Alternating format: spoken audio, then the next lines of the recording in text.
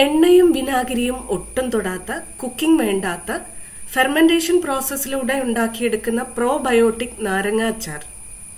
Probiotic ആയതുകൊണ്ട് തന്നെ നമ്മുടെ ദഹന വ്യവസ്ഥയെ ഇത് സപ്പോർട്ട് ചെയ്യുന്നു. അതുകൊണ്ട് തന്നെ ഏത് പ്രായക്കാർക്കും ഇത് പേടികൂടാതെ കഴിക്കാം. വളരെ ഈസിയാണ് ഉണ്ടാക്കാനും. നമസ്തേ, ഞാൻ ധന്യ. ഇത് വെജ് കേരള. എല്ലാവർക്കും വെജ് കേരളയുടെ ഒരു പുതിയ വീഡിയോയിലേക്ക് സ്വാഗതം. ഇതിനു വേണ്ടി ആദ്യം തന്നെ ചെറുനാരങ്ങ എങ്ങനെയാണ് തയ്യാറാക്കി എടുക്കുന്നത് നോക്കാം. ഇവിടെ ഞാൻ എടുത്തിട്ടുള്ളത് 400 ഗ്രാമിന് കുറച്ച് മേലെ നിൽക്കുകയുള്ള അളവിന് ചെറുനാരങ്ങയാണ്. 500 ഗ്രാം വരെയുള്ള അളവിന് ബാക്കിയുള്ള ഇൻഗ്രീഡിയൻസ് എല്ലാം ഇതേ അളവിൽ എടുക്കാം കേട്ടോ.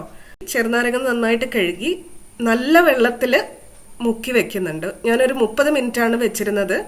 1 മണിക്കൂർ വരെ അങ്ങനെ വെക്കുന്നതുകൊണ്ട് കുഴപ്പമില്ല. എന്തിനാണ് അങ്ങനെ ചെയ്യുന്നതെന്ന് വെച്ചാൽ അതിൻ്റെ തൊലിക്ക് ഒരു ഫ്രഷ്നെസ് കിട്ടാൻ വേണ്ടിയിട്ടാണ്. ഇപ്പോൾ കുറച്ചൊന്ന് വാടിയ ചെറുനാരങ്ങയാണെങ്കിലും ഇത്രയും നേരം നമ്മൾ വെള്ളത്തിൽ മുക്കി വെക്കുമ്പോൾ അതിനൊരു ഫ്രഷ്നെസ് കിട്ടും. അതിനുശേഷം ചെറുനാരങ്ങ ഓരോന്നും വൃത്തിയുള്ള തുണി കൊണ്ടോ അല്ലെങ്കിൽ ടിഷ്യൂ പേപ്പർ കൊണ്ടോ തുടച്ച് ഡ്രൈ ആയിട്ടുള്ള ഒരു പാത്രത്തിലേക്ക് ഇട്ട് വെക്കാം. ഇനി അങ്ങോട്ട് നമ്മൾ ഉപയോഗിക്കുന്ന പാത്രം, കത്തി, സ്പൂണ്, ഭരണി ഇതൊക്കെ നന്നായിട്ട് ഉണക്കിയെടുത്തതായിരിക്കണം നമ്മൾ ഉപയോഗിക്കേണ്ടത്. ഒട്ടും വെള്ളത്തിന്റെ അംശം പാടില്ല. ഇതൊക്കെ വെള്ളമൊക്കെ നന്നായി തുടച്ചെടുത്തിട്ടുണ്ട്. ഇവിടെ നമ്മൾ ആവി കൊള്ളിക്കുന്നൊന്നും ഇല്ല കേട്ടോ. ഡയറക്റ്റ് ആയിട്ട് നമ്മൾ കട്ട് ചെയ്ത് അച്ചാറിന് വേണ്ടി യൂസ് ചെയ്യാണ് ചെയ്യുക. ഇതുപോലെ ചെറുതായിട്ട് കട്ട് ചെയ്തെടുത്തിട്ടുണ്ട്. ചെറിയ നാരങ്ങയെല്ലാം 8 കഷ്ണങ്ങളായിട്ടും വലിയ നാരങ്ങ 12 കഷ്ണങ്ങളായിട്ടാണ് ഞാൻ മുറിച്ചിട്ടുള്ളത്. ഒന്നുമില്ല, ഈ ഫെർമെന്റേഷൻ പ്രക്രിയ ഒന്ന് സ്പീഡപ്പ് ആക്കാൻ വേണ്ടിയിട്ടാണ്, പെട്ടെന്ന് അലുത്ത് കിട്ടാൻ വേണ്ടിയിട്ടാണ്. ഇപ്പോൾ ഇതെല്ലാം കട്ട് ചെയ്തെടുത്തിട്ടുണ്ട്. ഇനി നമുക്ക് ഇതിലേക്ക് ആവശ്യമായ സ്പൈസസും ബാക്കി ഇൻഗ്രീഡിയൻസും ഒക്കെ ചേർത്ത് കൊടുക്കാം. ഇവിടെ പച്ചമുളക് എടുത്തിട്ടുണ്ട് 5-6 എണ്ണം. ഒരു മീഡിയം സ്പൈസിയാണ് കേട്ടോ. അത് വട്ടത്തിൽ അരിഞ്ഞെടുത്തിട്ടുണ്ട്. പച്ചമുളക് കട്ട് ചെയ്തതും നാരങ്ങയുടെ കൂടെ ചേർത്ത് കൊടുക്കുന്നുണ്ട്. പച്ചമുളകിന്റെ ആ പച്ച ഭാഗത്ത്, അതായത് തൊലി ഭാഗത്ത് ഗുഡ് ബാക്ടീരിയാസ് ഉണ്ട്. ഫെർമെന്റേഷൻ പ്രക്രിയയെ സഹായിക്കും. അത് ലാക്റ്റിക് ആസിഡ് ബാക്ടീരിയ എന്നാണ് അതിന് പറയാം. അടുത്തതായി നമ്മൾ എടുത്തിട്ടുള്ളത് 50 ഗ്രാം ഇഞ്ചിയാണ്. അത് നീളത്തിൽ അരിഞ്ഞിട്ടോ അല്ലെങ്കിൽ കൊത്തി അരിഞ്ഞിട്ടോ നമുക്ക് ഇതിലേക്ക് ഉപയോഗിക്കാം. ഈ ഫെർമെന്റേഷൻ അഥവാ പുളിപ്പിക്കൽ എന്ന് പറഞ്ഞ പ്രക്രിയ പെട്ടെന്ന് തന്നെ സ്റ്റാർട്ട് ചെയ്യാനും അതിനെ വേഗത്തിലാക്കാനും ഇഞ്ചി സഹായിക്കും. സാധാരണ അച്ചാറിൽ നമ്മൾ വെളുത്തുള്ളി ധാരാളമായിട്ട് എടുക്കും. പക്ഷെ ഇവിടെ നമുക്ക് ഇഞ്ചിയേക്കാളും കുറച്ച് മതി. 15 മുതൽ 20 ഗ്രാം വരെ മതി. കാരണം എന്താണെന്ന് വെച്ചാൽ ആന്റി മൈക്രോബിയൽ പ്രോപ്പർട്ടീസ് ഉള്ളത് കൊണ്ട് അത് ബാഡ് ബാക്ടീരിയനെ ഒന്ന് സ്ലോ ഡൗൺ ആക്കും. അത് നല്ലതാണ്. പക്ഷെ കൂടിയ അളവിൽ എടുത്തു കഴിഞ്ഞാൽ അത് ഗുഡ് ബാക്ടീരിയനെയും സ്ലോ ഡൗൺ ആക്കും. ഫെർമെന്റേഷൻ അഥവാ പുളിപ്പിക്കൽ പതുക്കെ ആയി പോവും. അടുത്തതായി നമുക്ക് വേണ്ടത് ഉലുവയും കടുകും സമാസമം എടുത്ത് വറുത്ത് പൊടിച്ചതിൽ 1 ടീസ്പൂണാണ് കേട്ടോ വേണ്ടത്. ഇത് ഒരു ടേസ്റ്റിന് വേണ്ടി മാത്രമേ ചേർക്കാവുള്ളൂ കേട്ടോ. അധികം ഉപയോഗിച്ചാൽ വെളുത്തുള്ളിയുടെ കാര്യം പറഞ്ഞ പോലെ ഫെർമെന്റേഷൻ പ്രക്രിയ പതുക്കെ ആക്കും. ഒരു ടേസ്റ്റിന് മാത്രം മതി. ജസ്റ്റ് ഒരു ടേസ്റ്റിന് വേണ്ടി മാത്രം ഒരു 2 നുള്ള് കായത്തിന്റെ പൊടി ചേർക്കുന്നുണ്ട്. ഇത് അധികമായി പോയി കഴിഞ്ഞാൽ ഒരു കയ്പുണ്ടാവും, അത്രയേ ഉള്ളൂ. വളരെ കുറച്ച് അളവിൽ മതി ഇത്. അടുത്തത് കല്ലുപ്പ്. 1 മുതൽ 1.5 ടേബിൾ സ്പൂൺ വരെ ചേർക്കാം. കല്ലുപ്പ് വളരെ ഇമ്പോർട്ടൻ്റ് ആണ് ഈ ഒരു പ്രക്രിയയിൽ. ഗുഡ് ബാക്ടീരിയനെ പ്രൊമോട്ട് ചെയ്യും, ബാഡ് ബാക്ടീരിയനെ പതുക്കെയാക്കും.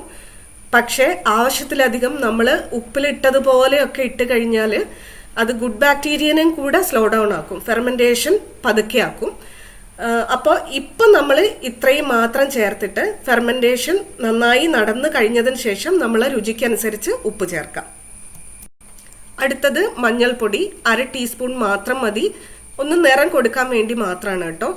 ആദ്യമൊക്കെ നിങ്ങൾക്ക് അതിൻ്റെ മഞ്ഞൾപ്പൊടിയുടെ പച്ച ടേസ്റ്റ് നിങ്ങൾക്ക് തോന്നും. പക്ഷെ ഫെർമെന്റേഷൻ നടന്നുകൊണ്ടിരിക്കുക അതൊരു നല്ല ടേസ്റ്റ് ആയിട്ട് മാറും. അടുത്തതായിട്ട് പഞ്ചസാര ഒരു 3 മുതൽ 4 ടേബിൾ സ്പൂൺ വരെ ചേർക്കാം. പഞ്ചസാര ഈ അച്ചാറിനകത്ത് ഫോം ആകുന്ന ഈസ്റ്റ് അല്ലെങ്കിൽ നല്ല ബാക്ടീരിയക്ക് ഒരു ഭക്ഷണം പോലെയാണ് കേട്ടോ. പക്ഷെ ഇത് അധികം ആവാനും പാടില്ല. മാക്സിമം ഒരു 4 ടേബിൾ സ്പൂൺ മതി. ഇനി ഈ അച്ചാറിന്റെ സ്വാഭാവികമായ ഫെർമെന്റേഷനെ അല്ലെങ്കിൽ പുളിപ്പിക്കലിനെ വേഗത്തിലാക്കാൻ സഹായിക്കുന്ന ഒരു ഇൻഗ്രീഡിയന്റും കൂടെ നമുക്ക് ചേർക്കാനുണ്ട്. അതാണ് പച്ചമോര്.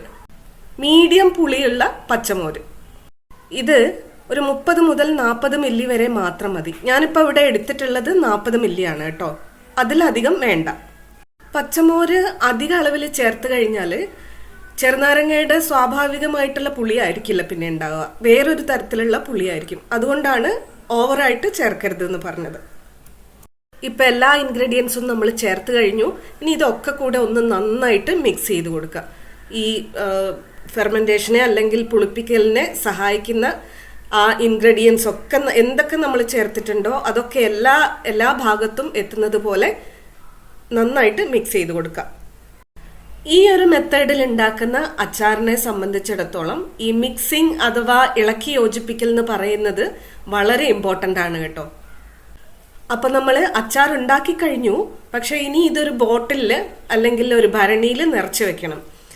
ആ ഭരണി ബോട്ടിൽ ഏത് പാത്രമാണോ നിങ്ങൾ എടുക്കുന്നത് അത് നന്നായിട്ട് സ്റ്റെറിലൈസ്ഡ് ആയിരിക്കണം. അതായത് ചൂടുവെള്ളത്തിൽ കഴുകി വെയിലത്ത് വെച്ച് ഉണക്കിയെടുത്തതായിരിക്കണം. ഒട്ടും വെള്ളത്തിന്റെ അംശം പാടില്ല. ഫെർമെന്റേഷൻ പ്രോസസ് അല്ലെങ്കിൽ പുളിപ്പിക്കൽ എന്ന് പറഞ്ഞാൽ എല്ലാവർക്കും അറിയാം. അത് ഒരു ദിവസം വെച്ചിട്ട് അല്ലെങ്കിൽ ഒരു നൈറ്റ് വെച്ചിട്ട് അല്ലെങ്കിൽ കുറച്ച് ദിവസം വെച്ചതിന് ശേഷമാണ് നമ്മൾ ഉപയോഗിക്കാൻ എടുക്കുക. ഇൻസ്റ്റന്റ് അല്ല. അപ്പോൾ അത് സൂക്ഷിച്ച് വെക്കുന്ന പാത്രം അത്രയും വൃത്തിയുള്ളതായിരിക്കണം. ഇതപ്പം നമ്മൾ ഉണ്ടാക്കിയെടുത്ത അച്ചാറിന്റെ കഷ്ണങ്ങളൊക്കെ പോയിട്ടുണ്ട്. ബാക്കി അതിൽ നിന്ന് ഇറങ്ങി വന്ന ആ വെള്ളം കൂടി അതിനകത്തേക്ക് ചേർത്ത് കൊടുക്കുക കേട്ടോ.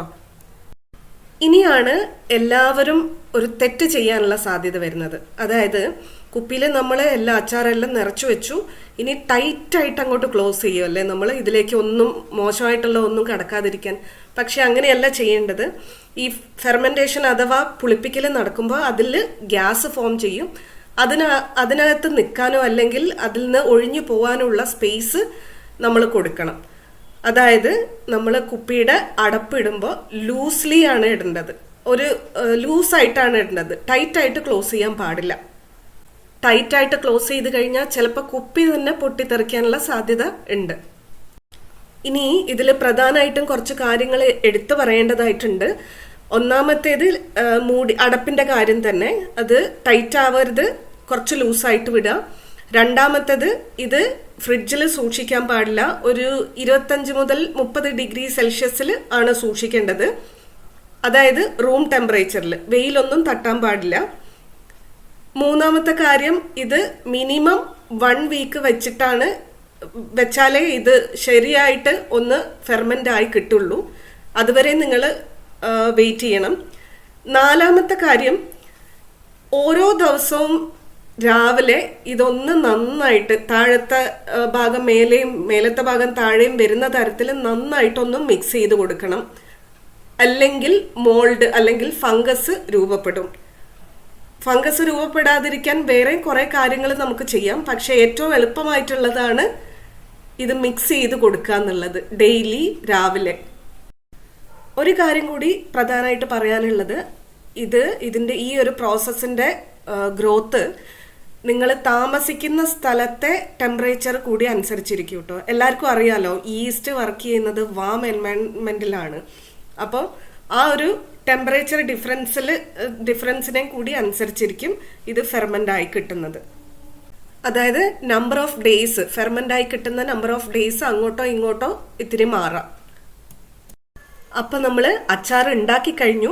ഇതിന്റെ റിസൾട്ടുമായിട്ട് ഞാൻ വേറൊരു വീഡിയോയിൽ വരുന്നതായിരിക്കും.